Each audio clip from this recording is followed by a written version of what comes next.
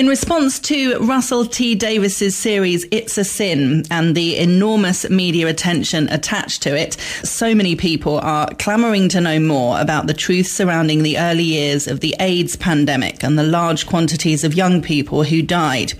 Renowned designer Derek Frost and his husband Jeremy Norman, or Jay, created the Embassy Club and Heaven, Europe's largest and iconic gay dance club, where so many of these young people danced with such joy.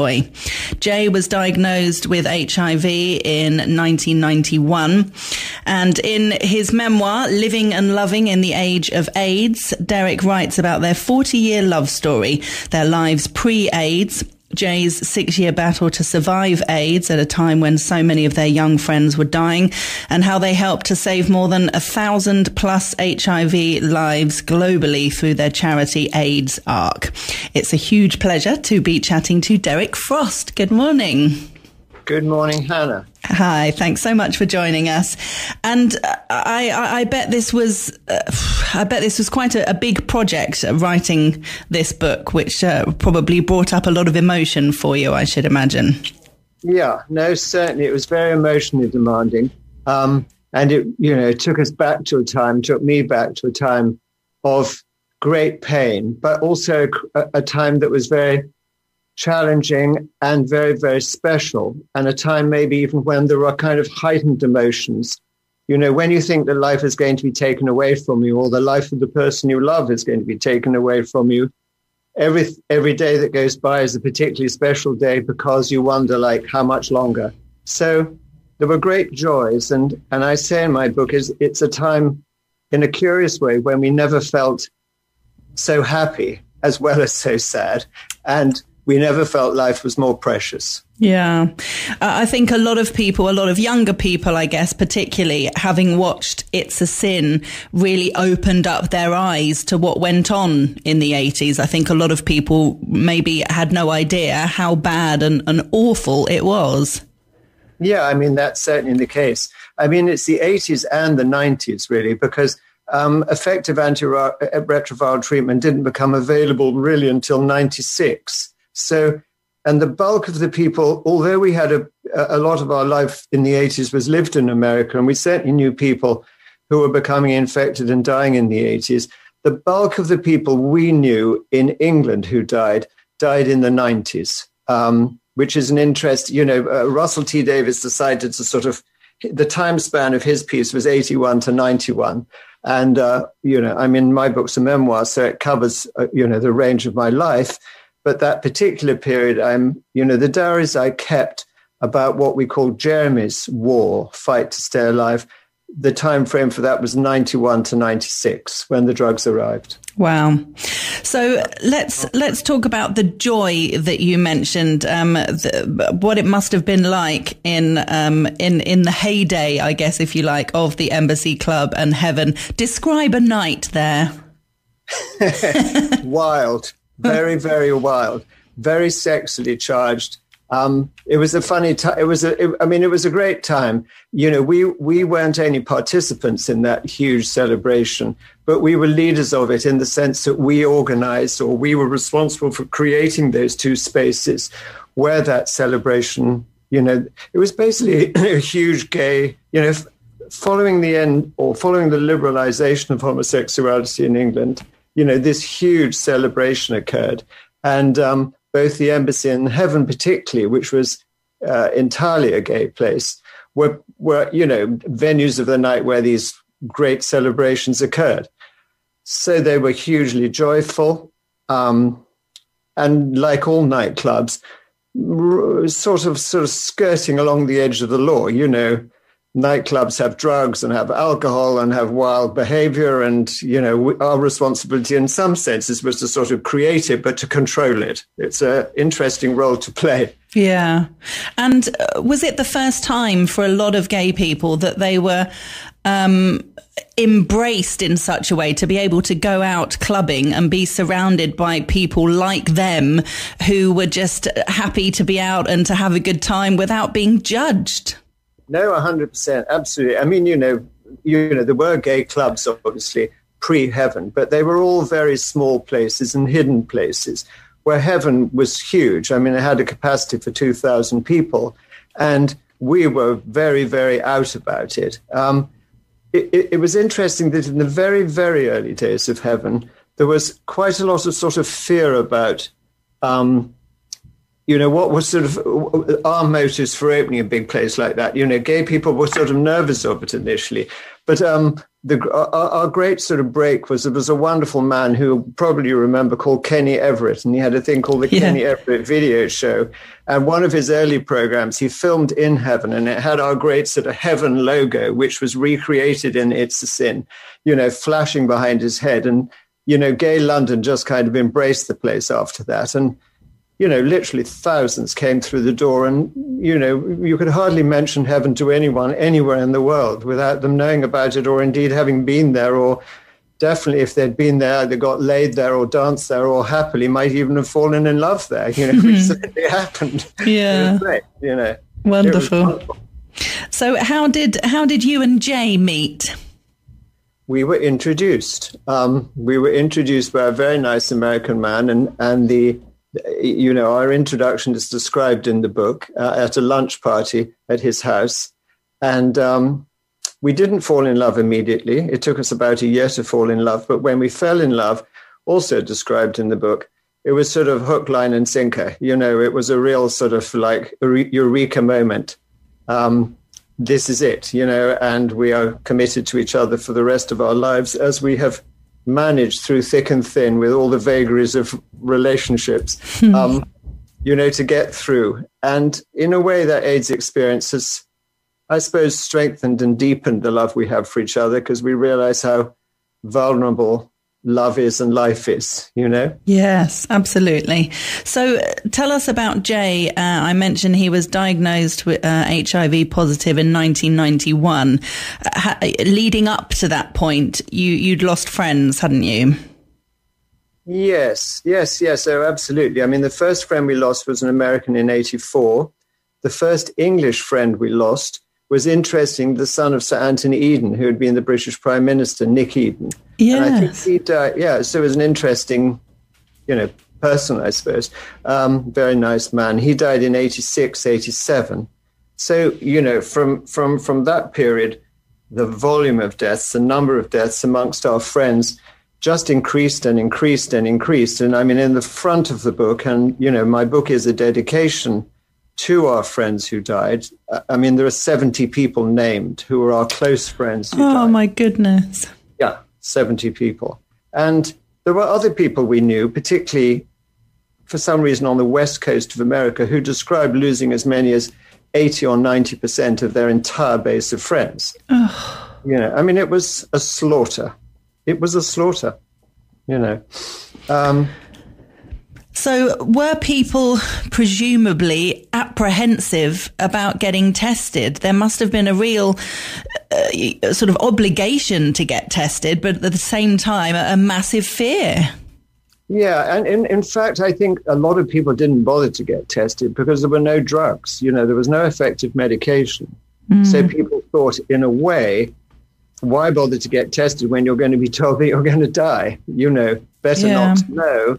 I mean, we all learnt the rules, the safe sex rules, and, the sort of things we were being advised to do so we wouldn't harm other people. And, we followed those things. A lot of people didn't get tested. I mean, we first heard about AIDS in 81, where there was that famous article, the New York Times article in July 81, which talked about 41 homosexuals or 41 gay people dying of the gay plague. I can't remember the exact headline. So we knew about it from then, and Jay didn't get tested until 91, when he started to, show symptoms that were clearly AIDS-related or HIV-related symptoms. So we delayed. Most people delayed, I would say. Yeah. And one of the really shocking, awful things to see when watching It's a Sin, which I'm interested to know if actually happened and happened to you, was people didn't know initially how AIDS was transmitted, and people were paranoid about getting it. And people who weren't gay, I mean, would there was some awful scenes in It's a Sin but people would put like rubber gloves on in order for you to come into their house, and were kind of standing back, you know, not wanting to be too close in the same room, things like that, you know, treating people like they were ridden with this awful disease that they mustn't get close to. Did that really happen? Yes, it certainly did happen. I mean, I think, to be honest, by 91, when Jeremy tested, I mean, I think England's a kinder place than America, to be honest, you know, and a lot of those very bad things happened more in America. They did happen in England in the very, very early stages. But I have to say, by the time Jeremy tested, I mean, we actually had an earlier charity, AIDS charity called Crusade, which we started with others in the mid-'80s. And one of the things we did, with a very large legacy we received from a single donor, was to help fund a place called the Kobler Center, which is an HIV treatment center. So we'd actually, and I did the interior design of that space, and we'd got to know a lot of the people working there. So ironically, by the time Jeremy tested in 91, he went there as a patient. We knew a lot of the very, very wonderful staff who worked there, and they were quite the opposite of what was described in that film in the early 90s. You know, they couldn't have been more professional or loving or welcoming. You know, they were very, very special, and lots of tears from both sides, you know. Yes. Amongst the general populace, it was different because, there was a great deal of ignorance. And then there was that, that period when the UK government offered, there was that whole tombstone advertising thing that you may know about that happened in the sort of mid-'80s, where, the government basically tried to sort of scare the UK population with these terrible ads.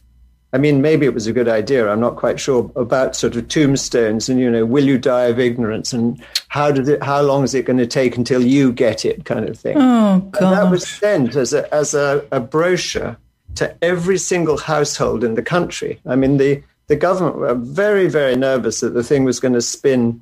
I mean, when it was just gay people and drug addicts getting HIV, no one was that bothered, or, certainly in America. I mean, there was this terrible thing with Reagan, who was in power from 81 to 89. And there was a famous recording taken of a discussion in the White House, in his office in the sort of 83 or so, where there was one senator or someone saying, what about, this business AIDS? It's really serious what's going on. And Reagan, like the president, basically sort of saying, who cares? It's just gays and drug addicts getting it. It's almost like terrible. Now, that didn't happen in England at all, but there was great fear, a great deal of fear and a lot of stigma. And, there was a sense that only degenerates got HIV. It's all the comparisons with COVID are very interesting comparisons, because clearly COVID's, completely in the mainstream, and a ton of money and a massive newsprint's been, quite rightly thrown at it. That didn't happen with AIDS. And, another piece of the history, which is easily forgotten and very, very important, is the contribution that the queer community made in speeding the arrival of drugs, because particularly the US administration and in turn the US medical fraternity, the US administration didn't fund medical research, etc., to produce effective medication. And so that was moving along at a very slow pace. And there was this wonderful organization called ACT UP and their sister organization. And there were huge, huge kind of activist demonstration fights that went on across the whole of America amongst gay people demanding, drugs, demanding that they would come. And, it definitely speeded the arrival of effective medication. And the result of that is that, probably millions of lives were saved because of our activism. And I think that's something that, queer people, young queer people, need to know about and be proud of. We really, really did something that was important to help save the lives of people across the planet. Yeah, fantastic. Great. Yeah, it was really good. And do you think if the same thing was to happen now, that it would be handled very differently? I'm not talking about necessarily drugs coming quicker, but would be handled by governments and the public differently. I hope so. I hope so. Yeah. I hope it would be more effective. I mean, the whole thing was very, very unfortunate, really, because, and it's deeply, deeply sad, really, but, homosexuality finally was made legal. Then there was this huge liberation, this huge kind of party that went on, akin to the kind of free love parties that went on amongst straight people in the 60s with the advent of the pill. There was basically this huge party. And of course, sex was part of the party. And this sexuality, this large amount of partying, sexual partying between a relatively small bunch of people, science will tell you, was one of the amplifiers that speeded the arrival of AIDS, because AIDS had been around probably for 30 years, very, very quietly going nowhere. But this smallish group of people, and it's like a Greek tragedy, that what was a huge celebration might have contributed to something that was so tragic and so terrible. It's really very, very sad. So tell us more about AIDS Arc that you and Jay founded and the work that it does.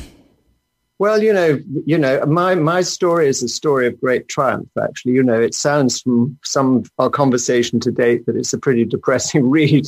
And actually, hopefully it's a very uplifting and joyful read, because it's about it's about all of us, really. In a way, we all face the same kind of things that Jeremy and I faced. Nearly all of us at some stage in our life are going to be told, Granny's got cancer, or Mummy's got cancer, or you've got cancer, and you deal with it, and fight it, and you survive or you don't survive. So it's a universal tale, and love is threaded through the whole of that, So we were really, really lucky, because the drugs came along and Jeremy's life was saved.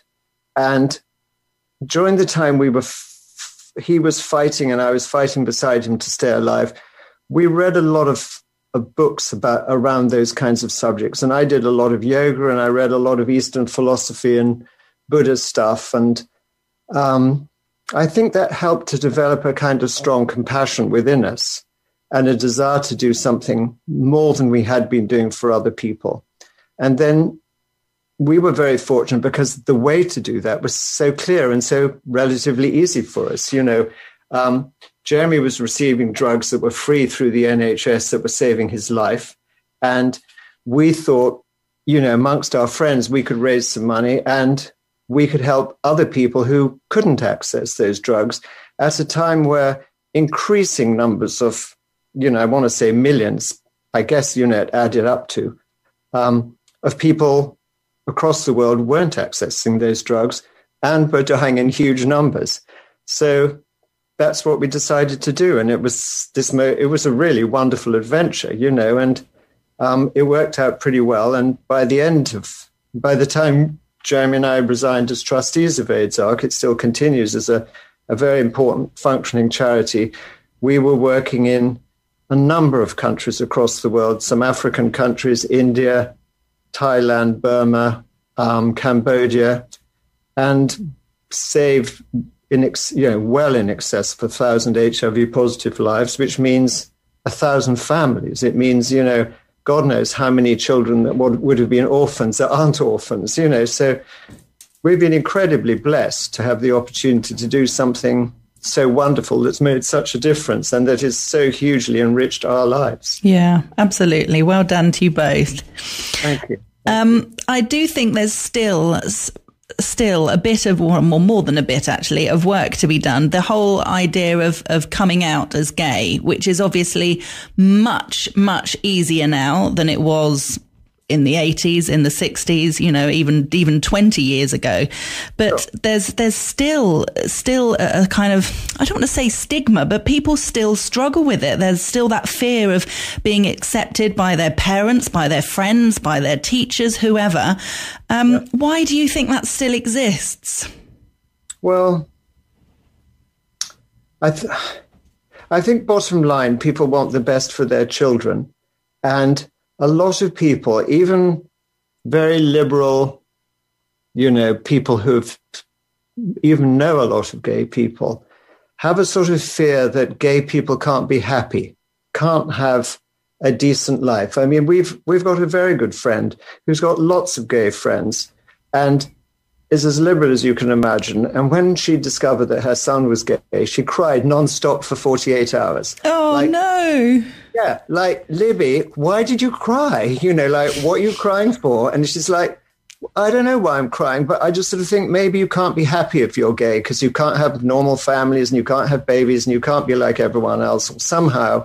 So maybe it's like that. And I think perhaps deep, deep down, there's a kind of sense that everyone kind of wants to be, everyone wants to belong. So when you're very, very young and you feel like you're different from everyone else, because being gay is different from being straight, and it is minority, that maybe even amongst gay people, there's a kind of sense that when you're very young and just starting to kind of become aware of those kinds of things, is not what you want for yourself. And I think, sadly, there is a sort of level, a slight level of kind of self-hate amongst gay people, sort of love-hate. I mean, I love the fact I'm gay. I love myself for being gay. I'm thrilled. Good. I don't have any of that stuff. But, I know a lot of people who kind of aren't like that. And then, of course, when you talk about being accepted, you're talking about, the liberal West across, and I talk about this in the book, about, the war for gay liberation is no way over because across most of many parts of the world, particularly where fundamentalist, belief come to the fore, being gay is, the worst possible thing to be still. The gays are still going to hell. That they will be punished by their God and, all this terrible stuff. I mean, I can't remember the exact figures, but I think homosexuality is still illegal in, I think I want to say 77 countries around the world. Oh, goodness. It's still a capital offense in 8, i.e. you can be killed, you can be judicially killed for being gay. And I think in a couple of countries, it's just recently, the Sultan of Brunei decided to make pass a law where you could be stoned to death for being gay. Good God. I know. I mean, that's like now. So, yeah. I mean, there was so much protest, he withdrew that quite quickly, and it's now you merely get killed. It's much better. I mean, yeah, exactly, a little bit better. But so the war for liberation for gay people, in my view, is still it's a battle that's still being fought, as it is for women's liberation. But, that's another subject. Yes. On the other side of things, with things like gay pride celebrations in various parts of the world, not only being massively embraced and enjoyed by the gay community, but plenty of straight people love to take part in gay pride and get dressed up and put on makeup and put on a pair of heels and dance around and have an amazing time. And that's just so wonderful to see. Yeah, no, I mean, it is amazing. I mean, in our, the age, I mean, I'm 69, Jeremy's 74, and that we now belong into a society where gay people, are embraced, celebrated, enjoyed. You can imagine that, the two kind of like, I don't know how to say it, two guys in the pub who are kind of chatting about gays, they'll be laughing with them, not at them. And that's beautiful, it's really very beautiful. And it's an incredible change, and it's very wonderful. And the fact that gay people can now have babies, and all of that, it's unbelievable in a way. We've come a long way, but there's still a long way to go. Yeah, exactly. Yeah, exactly. But there's a lot to celebrate, and on the AIDS front, I mean, there's still a lot of death. I mean, 40 million people in total have died of AIDS. Something like that, 40 million. Gosh. And in 2019, about 700,000 people died of AIDS. Really? As recent as that? 2019. Wow. But having said that, there's a lot of people talking about an AIDS-free generation by 2030, which is just around the corner. And the number of deaths is reducing. A lot of people are on treatment. And, if the rich governments of the world would decide to make PrEP, I don't know if the term PrEP is people who take pre-exposure prophylaxis and therefore can't become infected and can't pass infection even if they're positive themselves. Okay. If that were to become available worldwide, paid for by the rich nations of the world, AIDS would shrivel up and disappear like smallpox disappeared. Yeah. Interesting that it comes back to money. Yeah. Well, most things do. Yeah, most things do in one way or another. But the possibility is there, and the world has been pretty good at. The AIDS industry is now huge, and there's a lot of support and a lot of expertise, and hence the successes. But provide PrEP free of charge across the world to all sexually active people, because that's what needs to happen. Yeah, would AIDS would shrivel up and die. I mean, I don't know if you know that in the 20th century, smallpox killed 300 million people, and now it doesn't exist. Through our brilliance, the brilliance of our scientists, it no longer exists. Yeah, and the same could happen. Well, it would be great if we get to see that, won't it, in our lives? Yeah, and I suspect, why not? Let's assume we will and be optimistic. Yes. There's a lot of love and a lot of good people out there, and there's a lot of good out there. Yeah. Well, if people want to get a copy of the book, it's called Living and Loving in the Age of AIDS, and it's by Derek Frost, who we've had the pleasure of chatting with today. Derek, thank you so much for joining us. It's been really lovely to chat with you. And lovely to chat with you, Hannah, and thank you very much indeed.